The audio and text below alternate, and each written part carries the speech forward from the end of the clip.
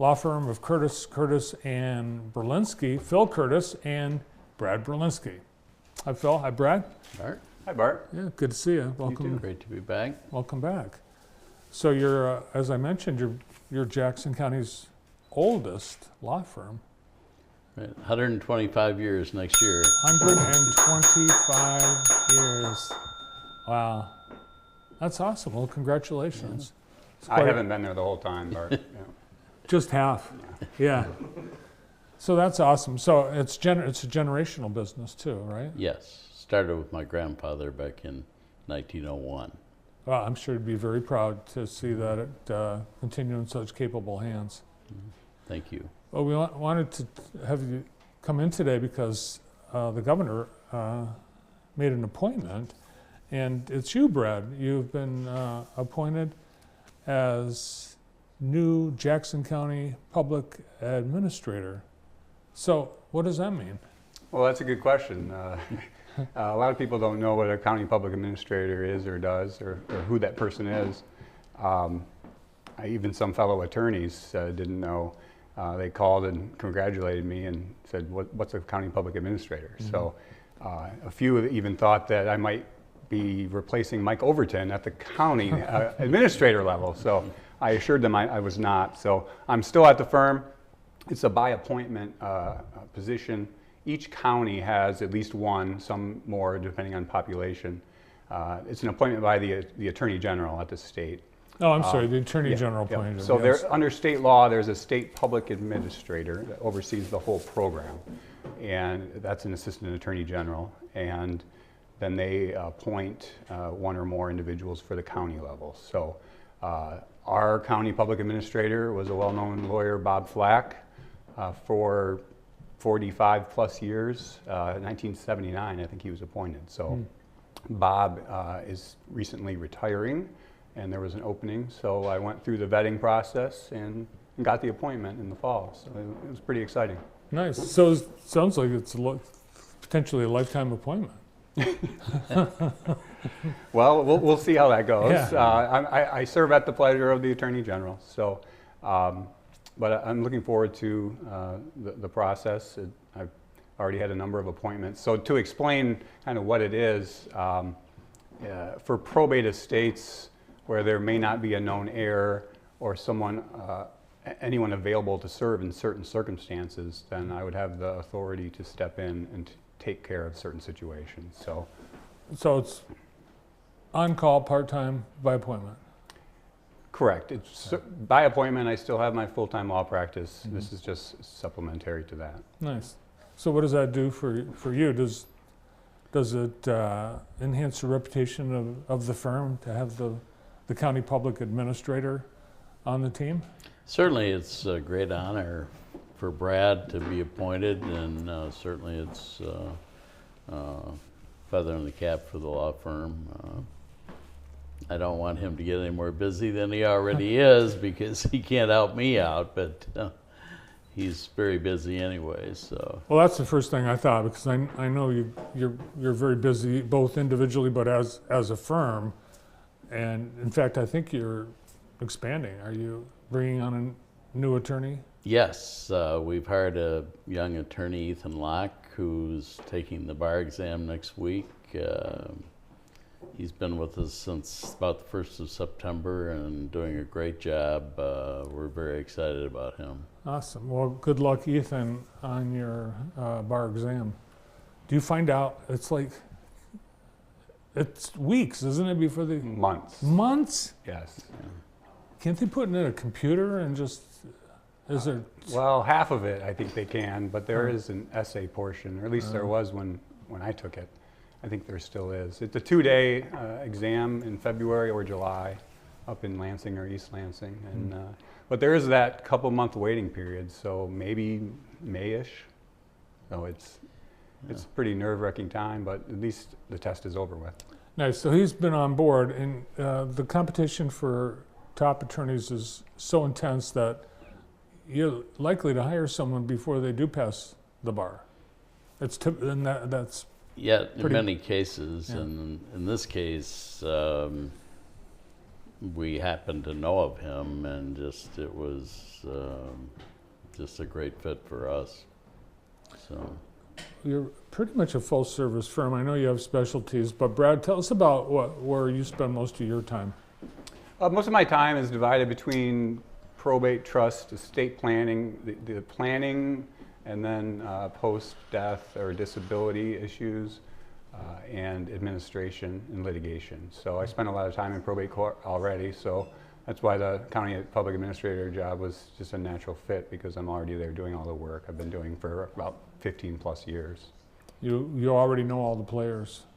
I do, and we have a new player, of course, on the bench as of January 2nd, so that's been a nice change as well. And I also handle a lot of real estate matters and business matters, and then a few things here and there, but those 3 practice areas primarily. Nice. And you, as well as Brad, you have a pretty wide-ranging area of practice. Right, and primarily focus on business law and transactional law. Also representing many of the owners of their business with their personal matters, estate planning, real estate, as Brad says. Well, I already know the answers to those questions because Phil is our attorney here at JTV and our family as well. So We appreciate that. Let's sue someone again. We've never had to do that. No, we've never done that. So. And we hope we never will, right? But you will if you have to, right? If we have to, we will. But you try to litigate and to come to a reasonable conclusion. Yeah, it's always, in our opinion, the last resort. Yeah. It's not a good way to settle disputes. Phil, you and the firm have been in the public eye quite a bit in last year for some of the involvements, community involvements. You led the fundraising drive for the capital campaign for the Michigan Theater. It sounds like we're pretty much mission accomplished or close to that at this point. Absolutely. We're pretty much at our goal. We were down there this morning. They've got the new carpeting in, which was kind of the last piece.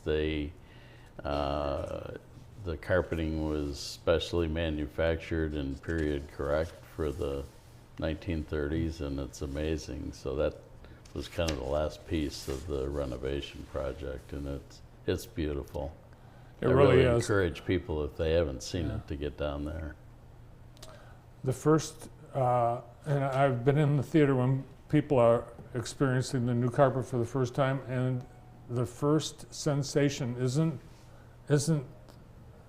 sight, it's feel. Right. It's just, you can feel it's well padded and it's plush. We had a little trouble keeping our feet when we were walking on it. It was so thick and cushy. So. Yeah, I hate to admit it, but I spilled a little bit of popcorn in the lobby my first visit. Sorry, Steve. But I helped with the vacuum cleaner. Yeah. Nice. Jackson School of the Arts, also another downtown institution that grew under your involvement. Yeah, they're doing great. It's really grown. The enrollment is at a record high now, and under the leadership of Amanda Loveland, our executive director, she's doing a phenomenal job, and it's just a great operation and great for the kids in our community. Brad, I know one of the things that you've been involved with is helping family businesses, in particular businesses that become partnerships in family. What are the challenges for the success of a business when it's run by members of a family? Well, part of the challenge is if there's multiple children, sometimes one or more are involved and some aren't.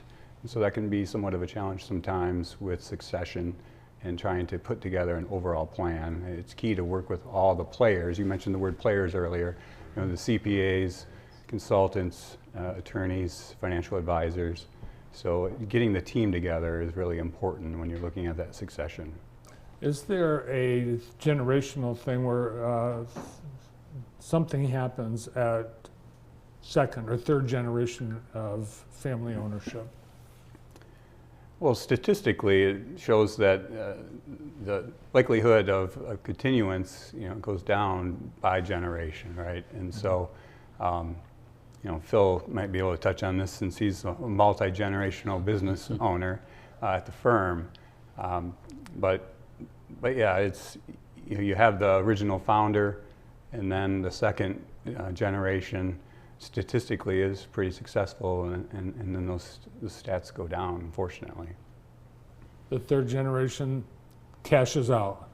Right, in a lot of situations. And it's difficult to run a family business, and particularly we see some of the local businesses that it's not just one or two family members, but it's 4, 5, 6, even more. And seemingly as those generations pass down, it's more difficult to manage all the people that want to be involved or are involved. Too many cooks. Right. Well, you must be excited as your Michigan Wolverines are sitting atop the Big Ten in men's basketball. What do you see as their chances in the tournament? Well, I'm pretty excited. It's been a long time. I think our new coach has done a fantastic job. I'm excited to go to the game tomorrow night and see Michigan State. They're playing extremely well right now, so it should be a great game. And I'm sure Michigan will get a top seed in the tournament, but those are always tough roads to hoe. So, well, I'm sure Chrysler will be packed to the rafters for. We were trying to think about the last time a Big Ten team had won the national championship, and it's been a while. I think it may have been Michigan State in 1999. Yeah. Well, speaking of Michigan State, Bart, I was wondering did you lose a bet to Andy because of that huge? He got that huge interview with Magic Johnson. That was an incredible get. I almost fell out of my chair when I saw that pop up on my phone. I mean, Magic Man is just a legend. Yeah, that was a big thrill for Andy to be able to talk with him. Andy set it up. He was able to contact the right people that work for Magic, and through a long process was able to connect with them. But as you saw in the interview and what Andy discovered, he's a great guy. He's just super. And what was really neat is how much he remembers Jackson and how big a part Jackson was in making him who he is. Well, that was an interesting story. I didn't know where the nickname came from the Parkside game. Well, that spurred Andy to do a little even more research on Parkside during those glory years. So he gathered up some members of the team that played Magic, and he talks with them today on a brand new episode of The Jackson Show, which comes up after today's show. So check that out. You'll see some and hear about some names like Dave Sierra and Rocky Hester joining Andy on that show later today. Neat.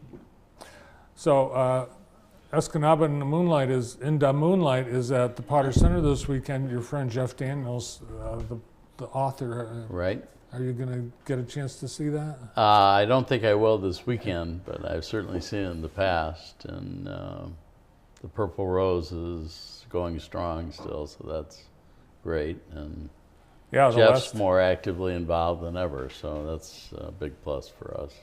Yeah, people have spotted him in the audience on several occasions. He's back. Well, we appreciate you guys coming in and being with us today. Congratulations. It's our pleasure. Yeah, congratulations on your appointment, Brad. Thank you, Bart. Appreciate it. Yeah, we'll look forward to celebrating 125 years of the firm this year. It's great. Thanks for having us on, Bart. Thank you. You bet. From Curtis and Brelinski, Phil Curtis and Brad Brelinski.